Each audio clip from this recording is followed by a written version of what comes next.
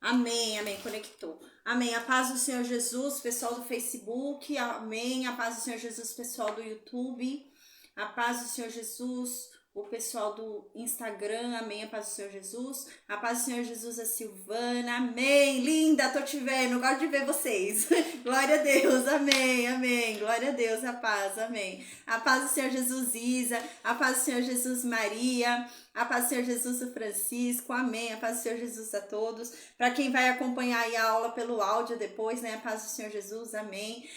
Gente, agora a gente vai fazer o seguinte, a gente estava no livro de Isaías, né, a gente parou no capítulo 32 do livro de Isaías, agora a gente vai andar um pouquinho na história ali no livro de Reis, só 3 versículos, a gente vai andar e vai parar, tá bom? Que é importante a gente andar, parar um pouquinho ali no tempo na história. E então a gente vai vai voltar ao livro de Miqueias, né? A gente já tinha lido o capítulo 1º e o capítulo 2º do livro de Miqueias. Então agora a gente vai voltar para o livro de Miqueias e vai finalizar o livro de Miqueias, tá? Então agora o nosso objetivo é do 3 até o 7. A gente vai finalizar esse livro de Miqueias e então a gente volta pro livro de Isaías, tá bom? Então a gente vai voltar pro livro de Isaías, algo vai acontecer que eu vou explicar para vocês e a gente vai voltar pro livro de Isaías. Por que eu tô pondo o livro de Miqueias agora, tá? Senão fica parecendo que é um negócio da minha cabeça, né? Que eu imaginei que o livro de Miqueias agora. Não, gente, no livro eu me embasei nisso por causa do livro de Jeremias, tá? Lá no livro de Jeremias, no capítulo 26, versículo 18 e 19 do capítulo 26, Jeremias fala sobre Miqueias. Tem um momento ali na história que Jeremias está pregando ali para Judá. E Jeremias está falando que se eles não se converterem, a Babilônia vai levar eles, né? A Babilônia vai pegar eles. E então o povo ouve aquela mensagem de Jeremias, que Deus ia permitir que a Babilônia levasse eles, e o povo quer matar Jeremias. O povo fala, não gostei dessa mensagem que Jeremias deu, vamos matar Jeremias. E então eles se lembram, eles falam, não, mas caramba, lá nos tempos passados, quando a Assíria ia invadir o reino de Judá, Miqueias pregou, que nem Jeremias está pregando. Isso é falado lá no livro de Jeremias, tá? No capítulo 26. Miqueias pregou. E Miqueias, quando pregou, ele também falou uma coisa que ninguém queria ouvir. Miqueias também falou que a Síria ia tomar. Miqueias falou isso, que se eles não mudassem, que se eles não se convertessem, se eles não se arrependessem, buscassem a Deus verdadeiramente, a Síria ia tomar Jerusalém. E o que eles fizeram quando ouviram Miqueias? Se arrependeram. Jeremias dá essa informação que é super importante para o nosso contexto histórico agora, entendeu? Essa informação que Jeremias dá que fez eu mudar agora o nosso rumo para a gente estudar o livro de Miqueias, tá? Porque o que o livro de Jeremias está dizendo para a gente? Que essa mudança que vai ter, a gente vai ver que vai ter uma mudança aí no reino de Judá, que eles vão começar a crer, né? Até agora a gente tá vendo que eles não estão crendo, né? Isaías tá vindo falar, Isaías vem e fala ali para Ezequias, Isaías vem e fala para o reino de Judá, fala, gente, vocês não precisam fazer aliança com o Egito, vocês não precisam fazer aliança com Tiro. Vocês não precisam fazer aliança com ninguém. Vocês só precisam se arrepender do pecado de vocês. Quebrar todos esses altares pagãos que tem aí em Judá e se converter a Deus. Se voltar a Ele e esperar Ele fazer. Porque Ele vai fazer. Como fez nos dias de Gibeão lá, Ele vai fazer de novo. Como Ele fez lá nos dias de Josué, Ele vai fazer de novo, né? E Isaías vem falando isso, o povo não vem crendo. Aí o povo foi e mandou mensageiros lá para o Egito, a gente lembra, para fazer uma aliança com Judá para proteger Judá da Síria, que já está chegando. A Síria já está chegando ali, já está dentro do reino de Judá, né? E a gente lembra que Isaías vem falando, mas gente, isso não surte o efeito que Isaías está falando. Então, agora a gente vai ver no segundo livro de Reis, no capítulo 18, do versículo 13 até o versículo 16, a Assíria vai chegar na segunda cidade mais importante do reino de Judá. A primeira cidade mais importante do reino de Judá era a capital, que era Jerusalém. Mas a segunda cidade mais importante do reino de Judá é Laquis. E a Assíria chega nessa cidade. E era a cidade mais poderosa, a segunda mais poderosa sem ser Jerusalém. Então, quando eles chegam nessa cidade, Ezequias fica preocupado, porque é a segunda mais poderosa do reino. E se chegou nessa, né, o próximo passo é chegar em Jerusalém, e vai chegar em Jerusalém, conseguiu pegar a segunda mais poderosa, e Ezequias fica com muito medo, por eles terem chegado ali em Laquis. E então o que que Ezequias vai e faz, gente? Ezequias, em vez de orar a Deus, Ezequias, em vez de buscar a Deus, Ezequias, em vez de obedecer o que Isaías estava falando, Ezequias vai lá pedir para a Síria, implorar para a Síria que a Síria não faça mal para ele e não faça mal para o reino de Judá. Tá? E é isso que a gente vai ver agora. É dentro desse contexto que Judá tá. A gente vê que Judá ainda não se rendeu a Deus. Então Judá tá dentro desse contexto, Judá tá ainda nessa falta de fé, tá? Então ela tá assim, e Ezequias vai fazer algo que a gente vai ver aqui absurdo. Com certeza a fé dele voltou depois disso, porque se ele tivesse fé, ele não teria feito o que ele vai fazer aqui. O que ele vai fazer aqui é um absurdo que a gente vai ver.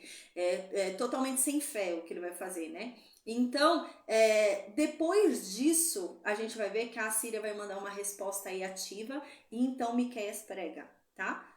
Conforme o que eu disse para vocês que tá lá no livro de Jeremias, ao meu ver, depois disso que Miqueias prega. Por quê? Porque é muito claro que Jeremias diz que quando eles ouviram a pregação de Miqueias, eles ficaram com medo. E então eles se arrependeram e buscaram a Deus. E por isso Deus não os entregou à Assíria. Tá? Então a gente vê que não tem como a pregação de Miqueias do capítulo 3 em diante, né? Porque Jeremias no capítulo 26, ele deixa muito claro sobre o capítulo 3 em diante do livro de Miqueias, né? Então o capítulo 3 em diante do livro de Miqueias foi passado depois deste momento aqui da história, porque um homem que já tinha se arrependido, que estava crendo em Deus, jamais faria o que esse homem vai fazer aqui. Então eu creio que esse arrependimento veio depois desse ato que ele fez aqui, e é por isso que a gente vai seguir essa sequência de hoje, tá? Então hoje a gente vai estudar segundo livro de Reis, capítulo 18, do versículo 13 até o versículo 16, e o livro de Miqueias, capítulo 3, tá bom? Então, amém. Eu já fiz essa introdução aí, esse apanhado pra gente entender por que a gente tá indo no livro de Miqueias agora, tá bom? Então, amém, amém, amém, glória a Deus. Agora a gente já sabe. Por que eu interrompi o capítulo 33 do livro de Isaías, né? Eu tava dando uma lida, uma estudada no capítulo 33 e capítulo 34 do livro de Isaías. Já é um capítulo de conversão. Então, o capítulo 33 e o capítulo 34 já é de um capítulo de um povo convertido, entendeu? Então, não tem como se passar agora esse capítulo, por isso que eu mudei. Eu até tinha enviado de manhã nos grupos que hoje ia ser capítulo 33, né? Mas eu estudando, eu dando uma lida lá na Bíblia, nas Bíblias que eu tenho, né? Dando uma estudada na história, eu vi que já era, pela leitura, você percebe que o capítulo 33 é um capítulo já de uma nação convertida. Então, não se encaixa. Então, o capítulo 33 é depois da pregação de Miqueias, tá bom? Então, amém. Eu vou orar agora e a gente vai começar a estudar, então, esse momento da história, né? E vamos ouvir essa pregação que fez com que esse povo se arrependesse, gente. Porque esse povo, né, ouviu a pregação ali de Isaías. Foi tão dura a pregação de Isaías, né? Até agora a gente tem ouvido, tem ficado abismado com a pregação de Isaías, de tão clara, né? De tão simples e de tão bruta. Isaías é meio bruto, né? Imagina Isaías meio bruto, meio Pedro, né? Que Isaías, ele não tinha papa na língua, não. E o povo não se convertia. E que pregação é essa de Miqueias que fez esse povo se converter, né? Então a gente vai conhecer essa pregação, tá, gente? E a gente vê que é um povo que tava difícil, né? Isaías estava falando, pô, vocês estão surdos, vocês estão cegos. Deus está falando, vocês não estão vendo, vocês não estão ouvindo, né? Não é possível. O que está acontecendo com vocês? E agora eles ouvem Miqueias. O que Miqueias vai falar que eles vão ouvir, vão se converter, né? Então, amém. É um livro muito interessante pra gente estudar, o livro de Miqueias, tá? Então, amém. Pra dar aí uma sede pra vocês, né? Fica essa expectativa aí. O que foi que esse homem falou, né?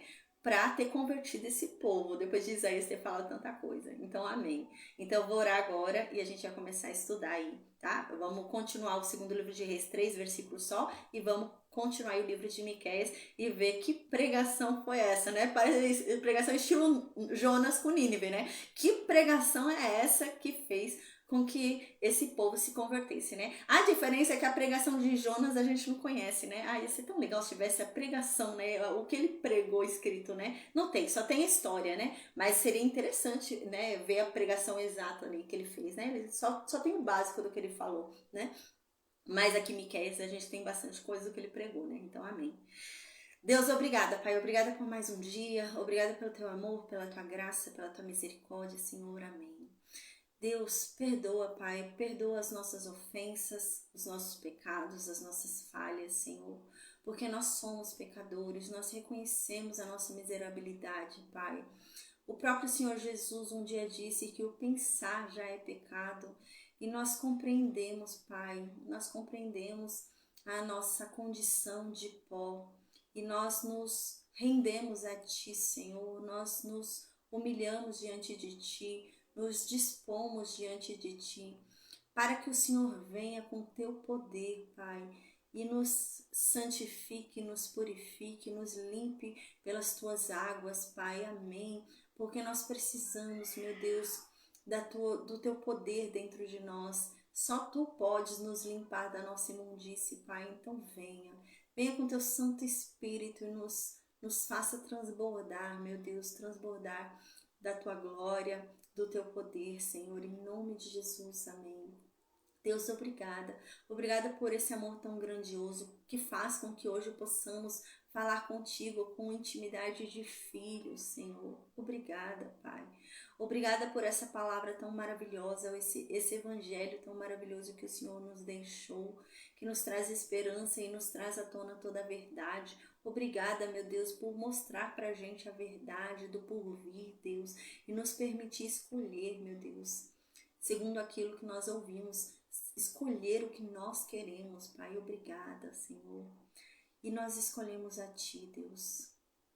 Nós escolhemos conscientemente, voluntariamente a Ti, Deus. Diante de tudo que nós já estamos conhecendo, aprendendo sobre Ti, é o Senhor que nós escolhemos, Deus de Abraão, de Isaac e de Jacó. É com o Senhor que nós queremos andar. E nós renunciamos neste momento a qualquer pacto que um dia fizemos com Satanás.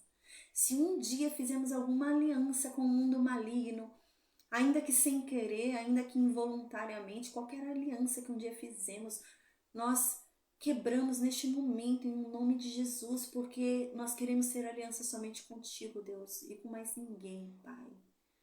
Oh Deus, nós queremos servir somente a um Senhor, e é o Senhor, Deus. É a Ti somente que queremos servir. Nos ensina, Pai, a Te servir. Nos ensina a sermos agradáveis ao Teu paladar. Nos ensina, meu Deus, a obediência. Nos ensina a Tua palavra, Pai, de uma forma clara, de uma forma simples, de uma forma inconfundível. Porque se o Senhor se apresentar para a gente de uma forma clara, simples e inconfundível, nós faremos tudo conforme o Senhor queira, Pai. Se ainda erramos, se ainda pecamos, Pai, é porque não estamos tendo compreensão, meu Deus, do que o Senhor quer. Então, que o Seu Espírito Santo seja muito claro dentro de nós, nos guiando, nos conduzindo, nos mostrando o que é certo, o que é errado, nos direcionando, Pai, amém. Porque agora dentro de nós está a própria lei escrita, Pai. Nós cremos nisso, Senhor, em nome de Jesus. Nós não precisamos mais de nada escrito para nos levar a Ti, pois dentro de nós vive o Teu Santo Espírito, que nos conduz pelos Teus caminhos, Senhor. Então nos conduza, Deus. Endireita as nossas veredas, Senhor. Endireita os nossos caminhos, Pai. Porque nós temos prazer em andar contigo. Que a Tua paciência seja esticada para conosco, Pai, porque precisamos dela. Nós somos fracos, nós somos falhos, nós somos chatos, Deus. Estica a Tua paciência para conosco, Senhor. Amém. E nos conduza pela mão, Pai, por essa jornada. Porque assim como Moisés um dia disse, se Tu não fores conosco, nós não queremos ir, Deus. Nós só queremos ir se o Senhor vier conosco. Então venha, Deus, de braços dados, nos conduza, endireita nossas veredas, os nossos caminhos e nos conduza nessa jornada. Porque, meu Deus, se o Senhor vier conosco, nós nada temeremos. Ainda que andemos, meu Deus, pelo vale da sombra da morte, não temeremos mal algum. Porque o Senhor é o nosso escudo, o Senhor é quem nos protege. Alguns decidem confiar em carros, em cavalos, em homens, em tecnologias, mas nós decidimos confiar em Ti, Deus. Somente em Ti esperamos, somente em Ti cremos, somente em Ti confiamos, Deus. E a Tua palavra diz que aquele que em Ti espera jamais é frustrado. E glória a Ti por isso, Deus, porque não é porque merecemos, porque nós nada merecemos, Senhor. E ai de nós se o Senhor nos retribuísse segundo o que nós merecemos. Nós damos glória a Ti, Senhor, porque o Senhor é aquele que nos retribui segundo a Tua misericórdia, segundo a Tua glória, segundo a Tua graça, e não segundo os nossos pecados. E obrigada por isso, Pai. Porque o Senhor um dia disse que o Senhor é o Deus que perdoa a iniquidade, a transgressão e o pecado. O Senhor é o Deus que abençoa até 1000 gerações daqueles que te buscam. E glória a Ti por isso, Pai. Amém, amém, amém. Oh Deus, derrama sobre cada um de nós neste momento, em o nome de Jesus, sabedoria. Porque o Senhor um dia disse que todo aquele que pedisse sabedoria lhe seria dada. Então, Senhor, em o nome de Jesus, derrama sobre cada um de nós sabedoria. Porque de nada adianta conhecer a Tua lei, de nada adianta, meu Deus, conhecer o Teu Evangelho se não tivermos sabedoria para compreendê-lo, Pai.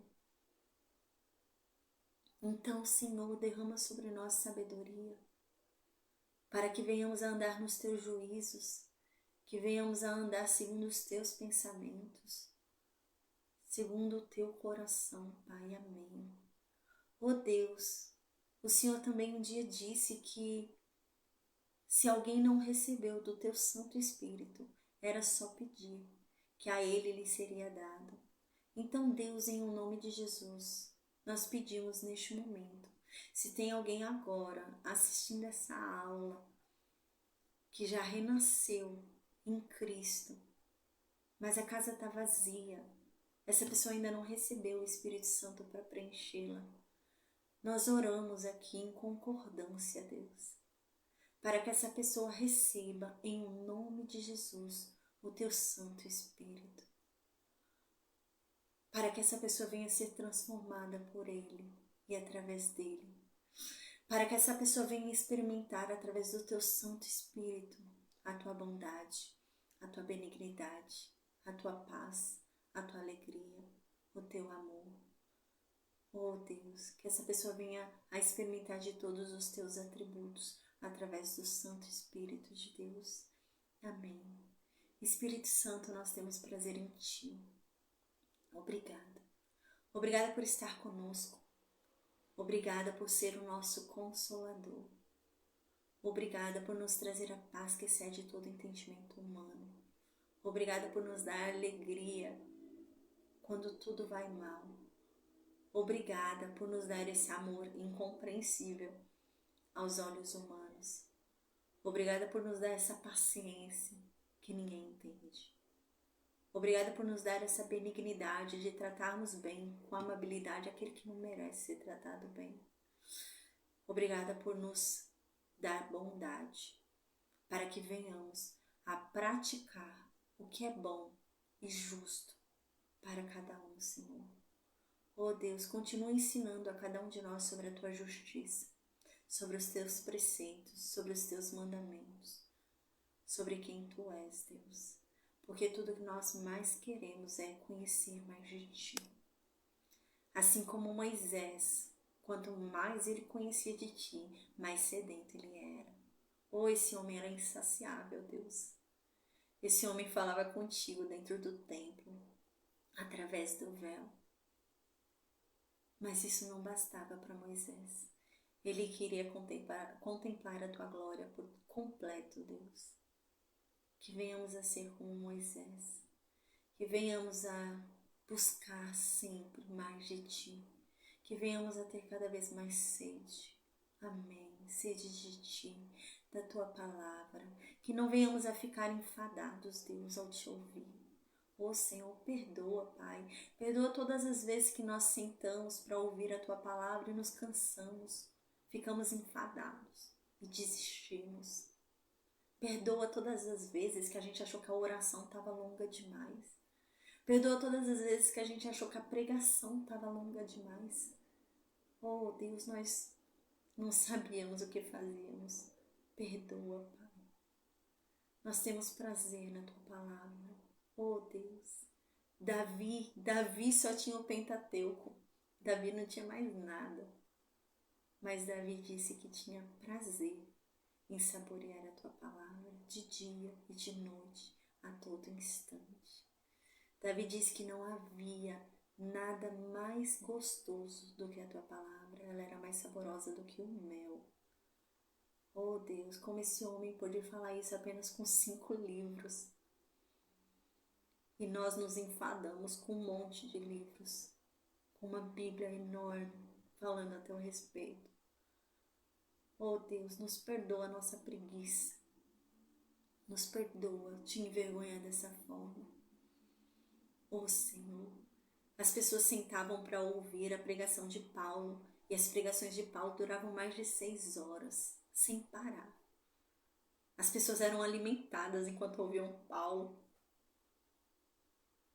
Um rapaz até, ele não queria nem perder nenhum momento da pregação de Paulo. Ele foi para a janela para tomar um vento para ver se acordava e caiu da janela. Que sejamos assim, Deus. Que não venhamos a nos cansar de ouvir a Tua voz. Que não venhamos a nos cansar de ouvir a Tua pregação, ficar olhando o relógio e vendo quanto tempo falta. Ai, Deus, perdoa. Perdoa essa atitude indigna. Perdoa, Senhor. E nos ensina, Pai. Nos ensina a amar a Tua palavra. Nos ensina a ver o bom gosto que ela tem, assim como Davi via. Ah, Senhor, amém. Deus, obrigada, Pai, por essa oportunidade de estarmos aqui reunidos ouvindo a Tua voz, porque muita gente queria ter essa oportunidade e não tem. Que venhamos a valorizar aquilo que nós temos, em vez de parar para ficar olhando aquilo que nós ainda não conseguimos, nós ainda não temos, mas que venhamos a ser agradecidos, Pai. Que venhamos a ser gratos, porque Tu és bom, Deus. Nós sempre temos algo a agradecer, que venhamos a entender isso, que venhamos a ver isso, que há muito que agradecer. A Bíblia nos ensina isso. Oh Deus! E se há algo para pedir, se há algo para clamar, que venhamos a falar com a pessoa certa, que não venhamos a orar no Facebook, que não venhamos a lamentar no WhatsApp, mas que venhamos a dobrar os joelhos e falar contigo, Deus. Assim como Isaías disse, eu vejo gente correndo para lá e para cá. Eu vejo gente criando estratégias humanas, fazendo tudo o que pode para resolver a situação que se encontra. Mas eu não vejo essa pessoa olhando para o céu. Oh Deus, nós olhamos a Ti. E nós clamamos a Ti, Deus. Nós confiamos em Ti, Senhor. Tudo aquilo que nós não podemos resolver, tudo aquilo que sai de nossas mãos, nós descansamos e entregamos a Ti. Nós fazemos o que é a nossa parte, mas nunca queremos tomar, Deus, o Teu lugar.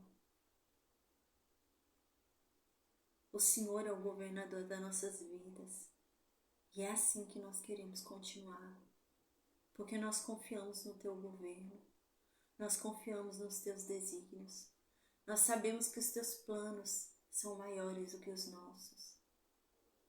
Nós sabemos que tudo que acontece na vida de um cristão coopera para o bem dele.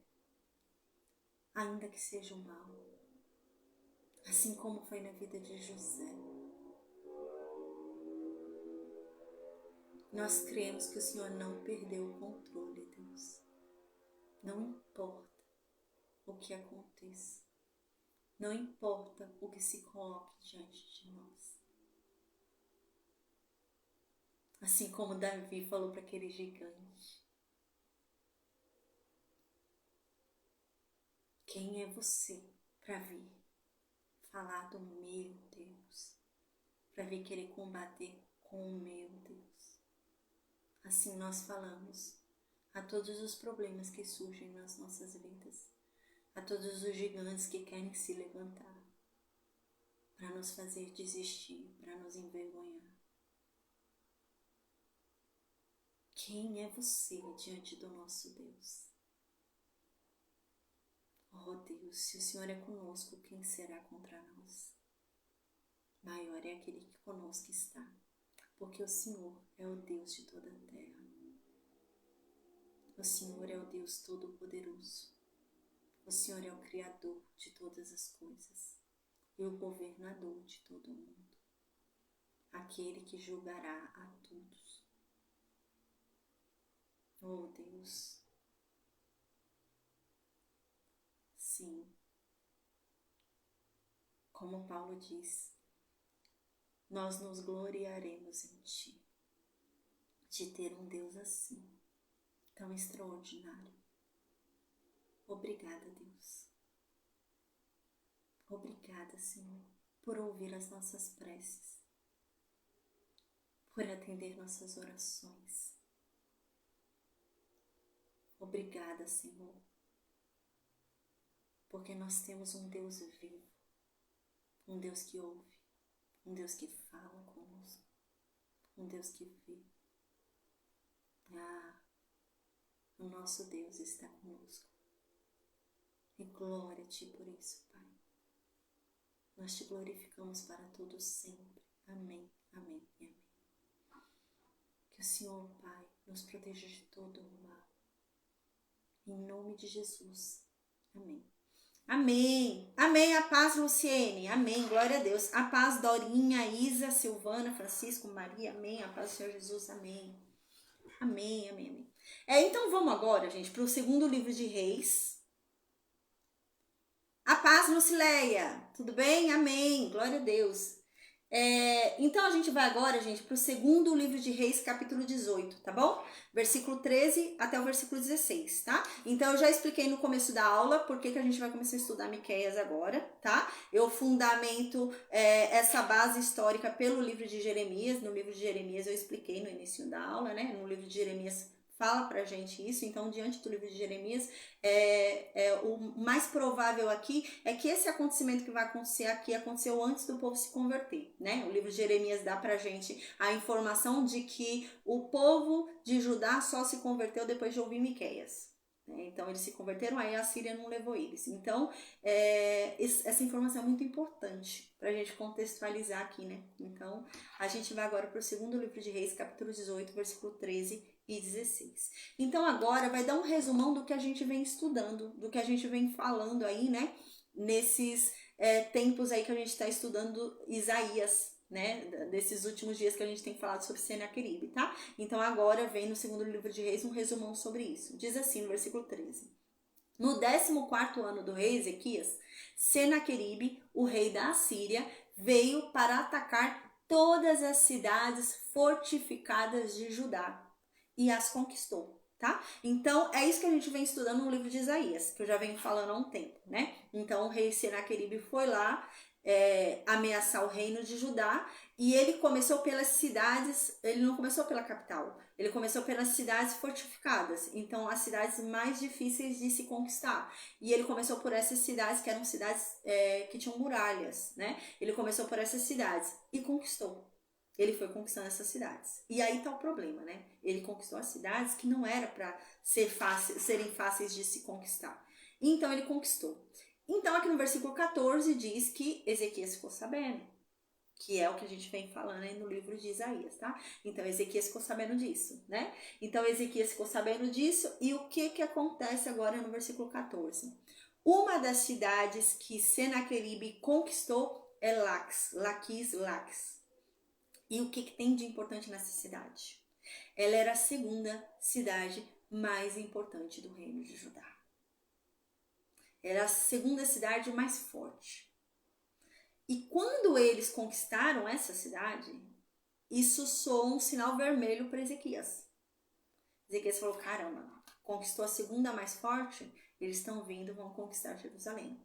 Quando ele soube disso, ele ficou com muito medo, Ezequias. E ele foi mandar mensageiros lá para o rei da Assíria, lá em Laques, lá na terra de Judá, no território dele. E ele foi mandar para o rei da Síria.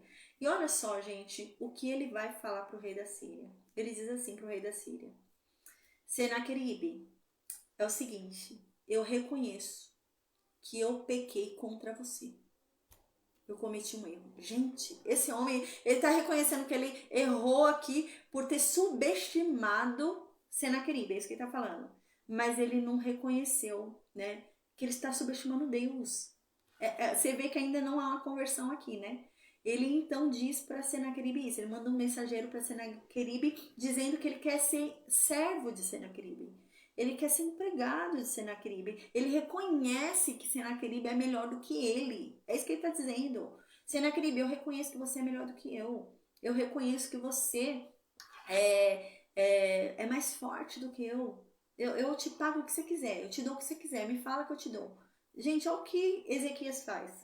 E é isso que ele faz mesmo. Diz aqui, olha, se você sair das minhas terras, Ezequias manda mensagem, se você sair das minhas terras, Senaqueribe, eu vou te dar o que você quiser.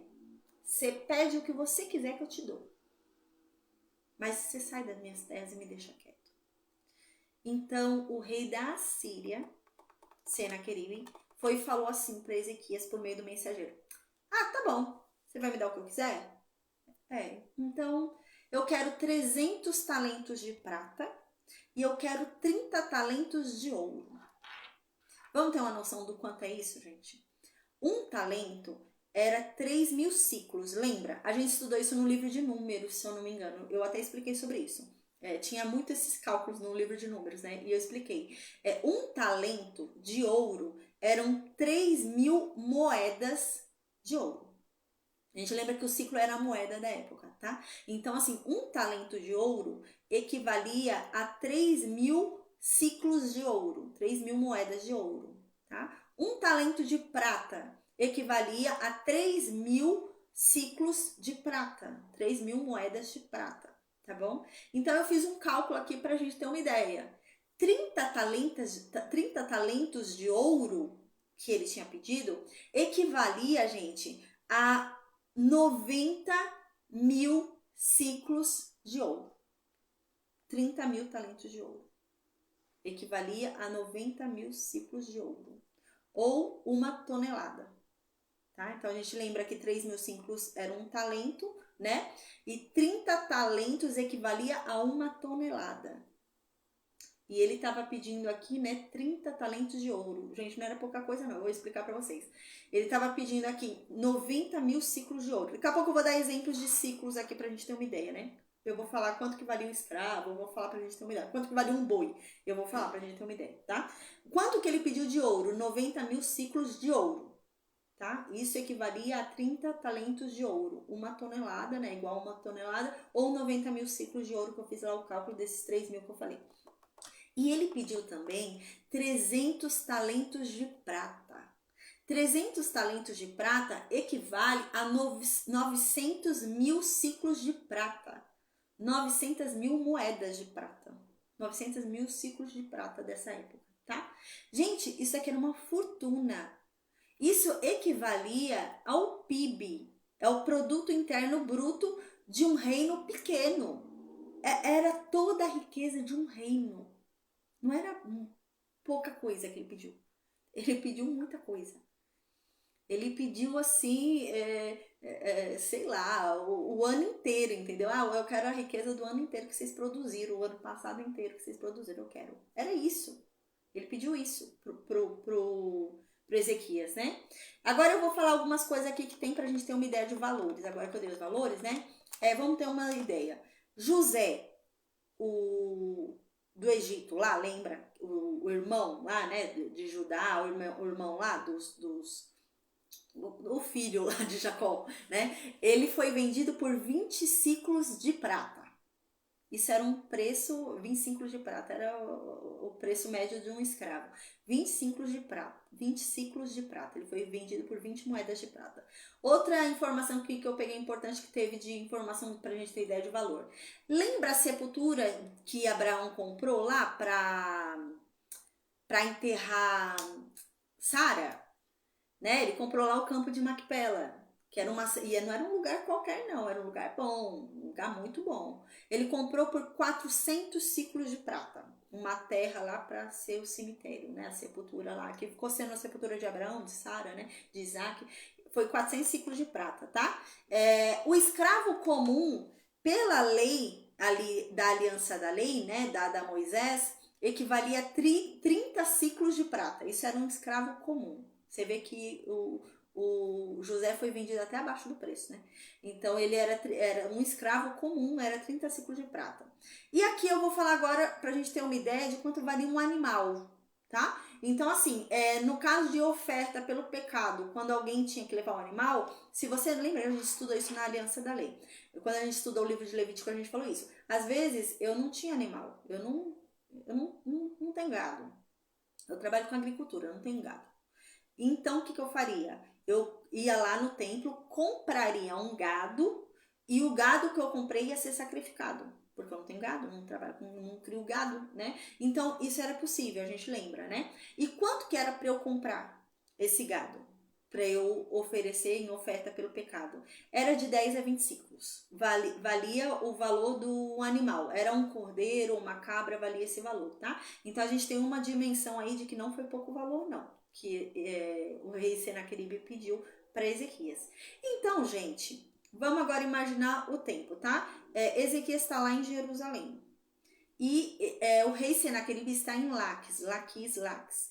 De Jerusalém até Laquis, para ir, suponhamos que eles vão bem rápido, tá? Suponhamos que o negócio foi bem rápido, eles estão bem acelerados.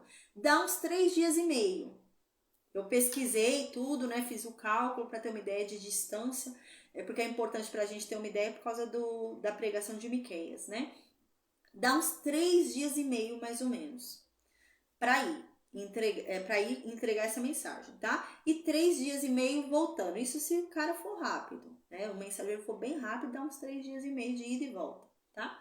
Então, aqui no versículo 15, diz que quando o mensageiro voltou e falou isso para Ezequias, Ezequias concordou. Mas o problema é que Ezequias não tinha todo esse dinheiro. O problema é que Ezequias não tinha toda essa prata e todo esse ouro. Aí o que Ezequias fez? Tirou do templo de Deus. Aí aqui diz no versículo 15 que Ezequias foi lá e pegou a prata que estava dentro do templo de Deus. Pegou o tesouro lá, o que ele tinha de ouro e de prata que estava lá no palácio, ele pegou. Ele foi e pegou, arrancou o ouro das portas do templo que ele havia reformado. Ele mesmo tinha mandado reformar. Lembra que no primeiro mês que ele fez a reforma, ele mandou arrumar a porta do templo porque o pai dele tinha tirado? O pai dele tinha quebrado a porta do templo? Ele agora pegou o ouro que ele mesmo tinha colocado ali na porta do templo, ele pegou e entregou tudo isso lá para Senaqueribe, tá? Então agora esse povo foi lá e entregou todo esse ouro lá para Senaqueribe, entregou tudo isso para Senaqueribe, as coisas de Deus, né? E provavelmente eles devem ter voltado com a notícia de que Senaqueribe mudou de ideia. A gente vai ver isso no próximo capítulo. Senaqueribe recebeu todo o ouro, recebeu tudo isso, mas aí Senaqueribe foi falar, mudei de ideia, quero mais não, eu quero invadir Judá, eu quero invadir Jerusalém, tem mais acordo com vocês não, eu vou invadir Jerusalém. E gente, o dinheiro que ele deu, o ouro que ele deu, a riqueza que ele deu não adiantou nada. E os mensageiros voltaram lá para Jerusalém e provavelmente avisaram lá Ezequias que o dinheiro não adiantou nada, o dinheiro que ele deu não adiantou nada. E a gente vai ver que realmente não adiantou, porque eles vão avançar e eles vão lá para Jerusalém, tá? Mas agora a gente para neste momento da história. Por quê? Porque conforme eu disse para vocês, no livro de Jeremias, no capítulo 26, versículos 18 e 19, ali diz, né, que Miqueias pregou a partir do capítulo 3 no reinado de Ezequias, quando havia ameaça ali de invasão nas terras. E que o povo ouviu. O povo escutou toda a pregação de Miqueias e se converteu, se arrependeu. E por isso Deus os salvou. Aí eles usam isso, né, como uma base para o que Jeremias estava fazendo, porque Jeremias estava querendo convencer o povo na época dele, né, para se converter, para não ser levado pela Babilônia, tá? Então é nesse contexto que eles citam Miqueias no livro de Jeremias. Assim como o povo se converteu e era certo que a Assíria ia tomar Jerusalém, o povo se converteu e Deus os salvou. Se a gente ouvir Jeremias e se converter, pode ser que Deus nos salve de Nabucodonosor, tá? É nesse sentido que acontece lá no livro de Jeremias. Então, a gente vai ver que agora essa pregação de Miqueias está dentro deste período aqui, porque Ezequias acabou de entregar dinheiro do templo para Senaqueribe, né? Mas agora a gente vai ver que quando Senaqueribe chega para tomar Jerusalém, Ezequias já mudou.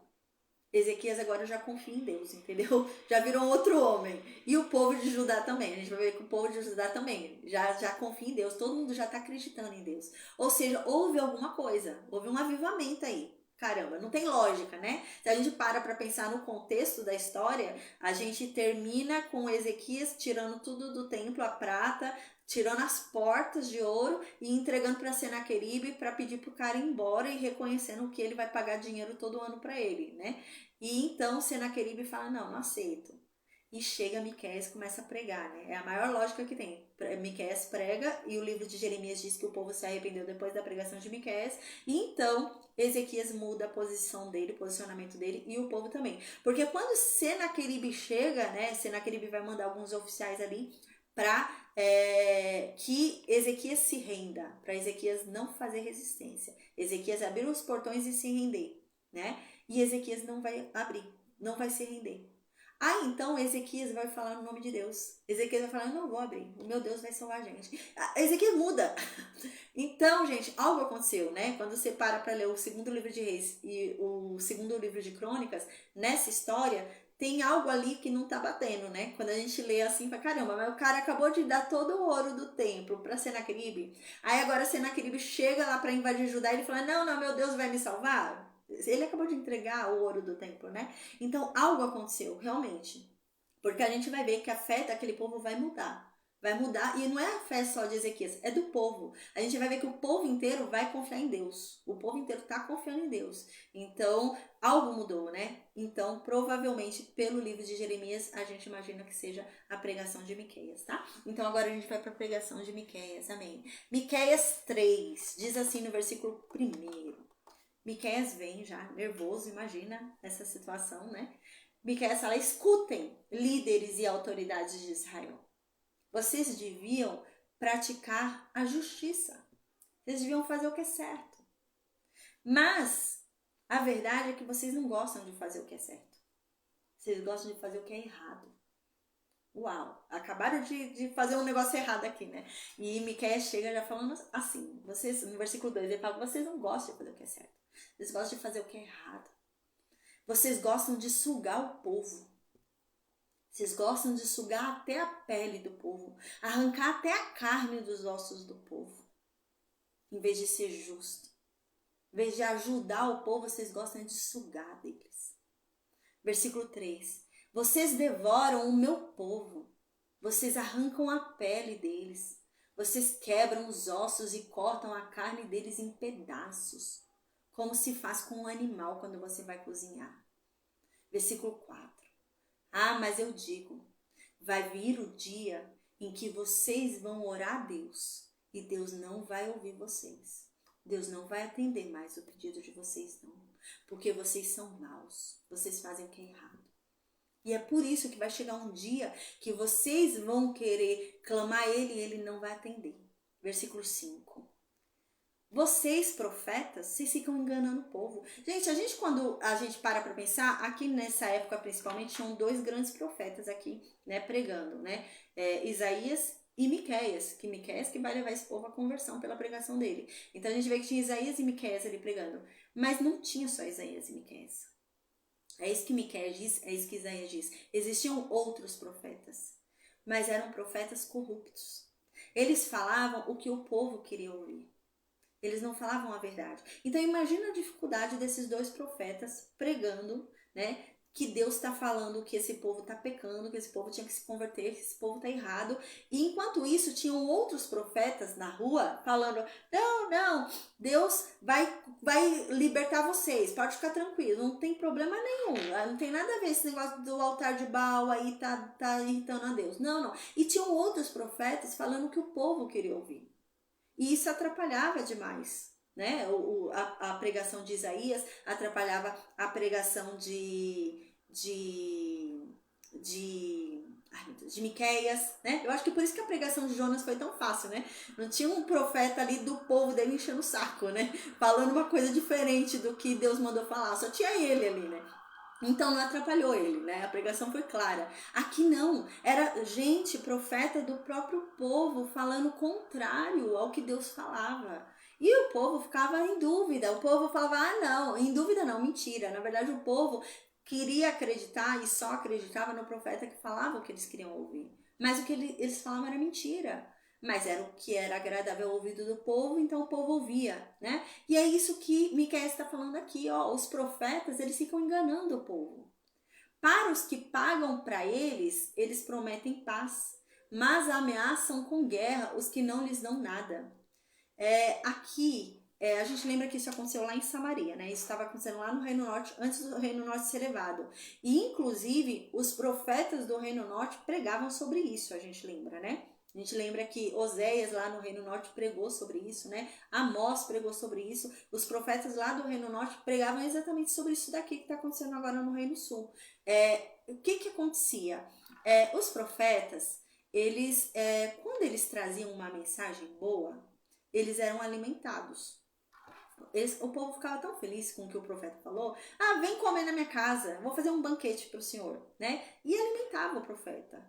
Quando o profeta dava notícias ruins, ele não era alimentado. Pelo contrário, ele era apedrejado. Então era nesse nível, igual estava acontecendo lá com Samaria, né? Era nesse nível que estava. E é isso que Isaías está falando. Isaías não, que Miqueias. Eu vou confundir um pouquinho, a gente falou tanto de Isaías, né? É isso que Miqueias está falando aqui, né? Os profetas, eles ficavam dando profecias boas porque eles queriam ser alimentados. E eles não falavam o que Deus queria que eles falassem, porque eles queriam comida, eles queriam dinheiro. Então eles falavam o que o povo queria ouvir. Então aqui Deus diz, né? E aqueles que não davam comida para eles, aqui Miqueias ainda diz, os que não davam comida para eles davam pregações ruins. Né? Nem tinha que falar nada, mas eles ficavam amaldiçoando a pessoa, porque não tá dando comida para ele. Então ele ia pregação ruim porque a pessoa não dava comida para ele. E era assim que estava o nível do profeta, né? Você tá me dando alguma coisa, então eu vou te dar uma profecia boa. Você não tá me dando nada, eu vou te dar uma profecia ruim. Era assim que eles viviam. Então aqui Deus diz, para esses profetas, Deus diz o seguinte: agora, em vez de visões, vocês vão ter escuridão. Você vê que eles realmente tinham visões. Eles conseguiam realmente, gente, falar algo que aconteceria. Você vê que eles tinham um dom. É isso que está sendo falado aqui, né? Eles recebiam visões, de fato. Mas assim, eu recebi uma visão boa e aquela pessoa não me dá comida, não me dá nada. Então eu não vou falar a visão para ela. Aí eu recebi uma visão boa daquela outra pessoa que me dá comida. Então eu vou falar.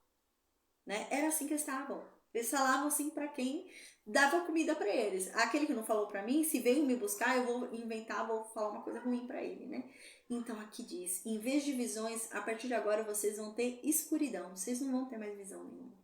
Porque vocês não sabem usar o dom que Deus deu para vocês. Deus deu um dom para vocês, vocês não sabem usar, agora vocês não vão ter mais esse dom. Em vez de revelações, agora vai ter só trevas.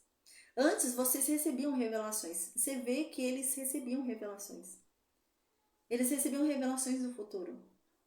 Mas eles usavam errado. Eles usavam por dinheiro, né? Ah, vai me dar algum dinheiro? Vai me pagar um pão? Então eu te falo. Ah, não vai, então não vou te falar nada não. Vou te falar uma coisa ruim, que nem era. Mas ele inventava para forçar a pessoa a dar algum dinheiro. Caramba, esse profeta só fala coisa boa para quem dá pão para ele. Eu acho que para eu transformar a coisa ruim que ele falou para mim em coisa boa, eu tenho que dar pão para ele. Se eu der pão para ele, acho que vem uma coisa boa para mim, né? E era nesse sentido que eles ficavam. E aqui então Deus fala: ah, vocês não sabem usar o dom que eu dei, então agora no lugar de visões vocês vão ter só escuridão, não vão ver mais nada.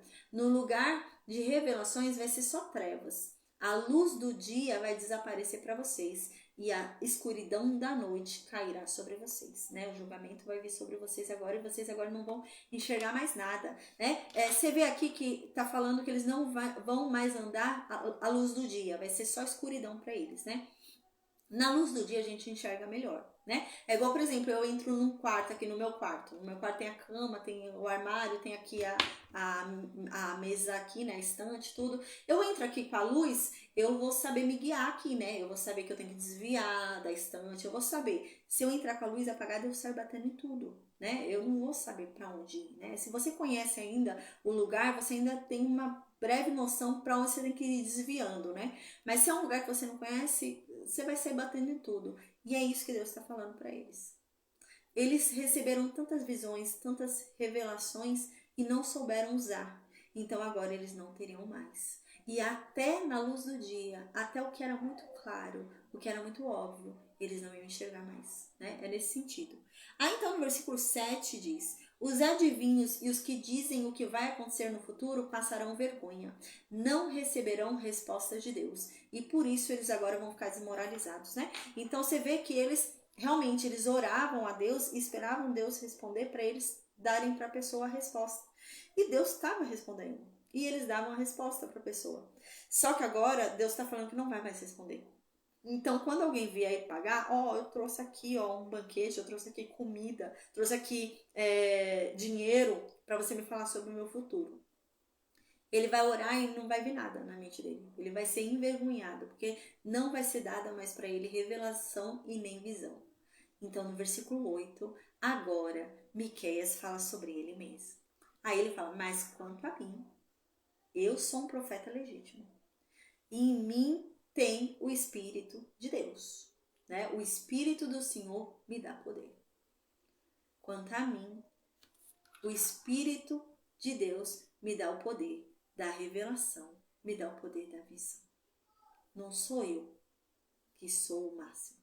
Não sou eu que tenho poderes, né? Isso aí que está falando. É isso que ele está falando. Não sou eu que tenho poderes, né? Eu não tenho domínio sobre isso. Mas é o Espírito do Senhor que me dá poder. Amor pela justiça e coragem para condenar os pecados. Então aqui ele está falando, é o Espírito de Deus que me dá poder. Então as visões que eu tenho não são de mim, não são porque eu sou boa, né? Não são porque eu sou bom. A revelação que me é dada não é porque eu sou bom, é o Espírito de Deus que me dá o poder para isso. E é Deus quem me dá o amor pela justiça. É Deus quem me dá o amor que eu tenho para fazer o que é certo. Não sou igual a esses profetas. Eu tenho amor pelo que é certo, o que é justo. E coragem para condenar os pecados. E é Deus quem me dá coragem. Porque eles não têm coragem. Eles querem agradar o ouvido do outro. Mas é Deus quem me dá coragem para falar o que a pessoa não quer ouvir. E condenar o pecado dela. E condenar as maldades do povo de Israel. É isso que ele está falando. Aí no versículo 9 ele diz: ouçam então o que eu vou dizer. Vocês que são chefes aí em Jacó. Vocês que têm poder aí de mando em Jacó. Vocês que têm autoridade aí em Jacó. Ouçam o que eu vou falar. Vocês também que são juízes aí, que decidem as causas aí na casa de Israel. Ouçam o que eu vou dizer. A verdade é que vocês detestam o que é certo. Vocês detestam o que é direito. Vocês sempre distorcem o que é certo. Vocês transformam o certo no errado. Vocês, então, no versículo 10 diz, né? Vós que edificais Sião com sangue e Jerusalém com injustiça. Vocês têm construído uma cidade por meio do sangue. matando gente inocente. Vocês têm construído uma cidade por meio de injustiça, julgando errado, tirando o direito dos outros, porque a pessoa não tem direito, não tem dinheiro, né? O que não tem dinheiro, direito nenhum, chega lá com dinheiro e fala, julga aí errado aí para eu ganhar o campo da pessoa, né? E ganha. Igual tava lá no Reino Norte. Lembra que isso estava acontecendo lá no Reino Norte? A gente falou sobre isso, né? Lá no Reino Norte, eles desviavam tudo ali para a pessoa tava de olho na casa do vizinho, né? E fazia de tudo para tomar a casa do vizinho. E é nesse sentido que eles estão aqui também. Aí no versículo 11, então, diz: seus chefes julgam por suborno, seus sacerdotes ensinam por salário, e seus profetas profetizam por dinheiro. Que triste. Olha a situação que estava em Judá, né?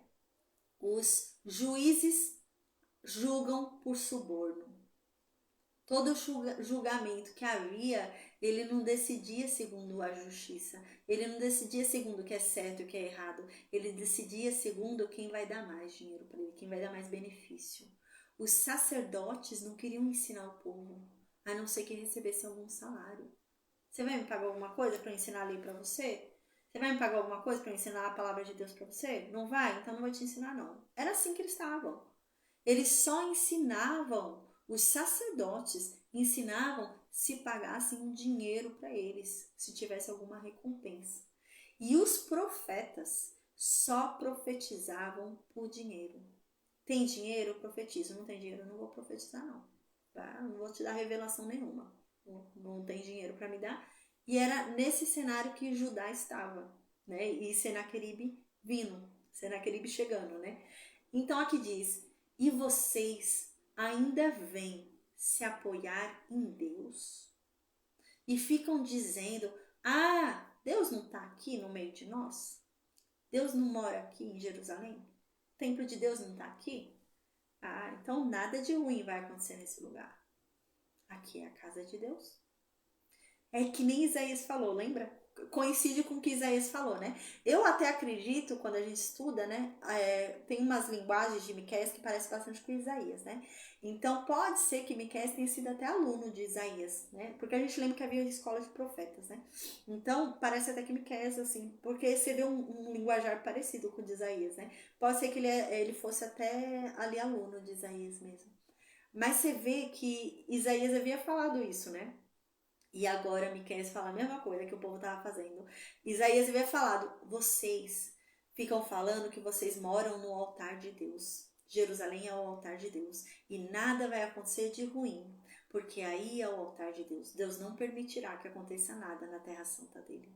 E aqui é a mesma coisa que ele está falando. Vocês fazem tudo isso de errado. Vocês ficam julgando por suborno. Vocês ficam, os sacerdotes só ensinam sobre Deus mediante salário. Se não tiver salário, não ensina sobre Deus. Os profetas só profetizam se receber dinheiro. E vocês ainda vêm se apoiar em Deus? Vocês ainda vêm dizer que nada vai acontecer neste lugar porque aqui a terra é santa? Porque aqui é o altar de Deus? Porque aqui é o lugar de Deus? Não, não. Aí então no versículo 12 diz: por causa disso, por culpa de vocês, que são a autoridade do povo, os sacerdotes e os profetas, é por causa de vocês que Jerusalém vai ficar vazia. Jerusalém vai ser arada, como um campo. Lembra como que é arar, gente? Quando você vai arar um campo, né, para você plantar, por exemplo, tem um monte de grama lá no campo, né? Eu comprei um campo, o campo tá cheio de grama. Grama não serve, eu quero arar o campo para eu plantar, né? Então eu vou cortar toda aquela grama. Então eu vou tirar, vou deixar só terra. Aí depois eu vou passar fazendo aqueles buracos, né? Que a gente lembra, né? Que eles vinham fazendo aqueles buracos para depois ir jogando as sementes. E é isso. Essa terra vai ficar vazia. Vai ficar igual um campo, vazia. Jerusalém se tornará um lugar de ruínas. E a montanha do templo vai ser uma colina de coberta de mato. Por culpa de vocês. porque vocês ficam se apoiando em Deus, fazendo as maldades que vocês fazem, né? Então, amém, gente. A gente termina hoje nossa aula aqui, né? Esse já é o começo da pregação de Miqueias, né? Então, do capítulo 4 até o capítulo 7, a gente vai continuar essa pregação de Miqueias. Que pregação é essa de Miqueias? Que Jeremias diz que foi essa pregação que converteu esse povo e fez esse povo voltar a Deus, né? Mesmo depois de tudo que Isaías falou, esse povo não tinha voltado a Deus. A gente viu, ó, Ezequias acabou de entregar o ouro do templo tirou as portas do templo para entregar para Senaqueribe, né? Então, que pregação é essa que foi o que fez esse povo se converter, né? Então, no capítulo 4, capítulo 4, ó, na quinta-feira a gente continua estudando o capítulo 4, tá bom? Então, amém. Na quinta-feira a gente vai estudar o capítulo 4 do livro de Miqueias. Amém. Deus abençoe a todos, gente. Um bom descanso, viu? Bom descanso, pessoal do Facebook. Amém. A Luciene, né, no Facebook. Deus abençoe. Bom descanso. Bom descanso, pessoal do Instagram, do YouTube, tá bom? Até quinta-feira, com a graça de Deus. Eu vou perguntar no Meet se alguém tem alguma dúvida. Se a Maria tem alguma dúvida, a Lucileia, o Francisco. Deixa eu desconectando o Facebook e o Instagram enquanto isso. Mas eu pergunto se vocês têm alguma dúvida. Vocês têm alguma dúvida no Meet? Deixa eu desconectar aqui o Instagram e o Facebook. A paz a todos aí, viu? Do Facebook.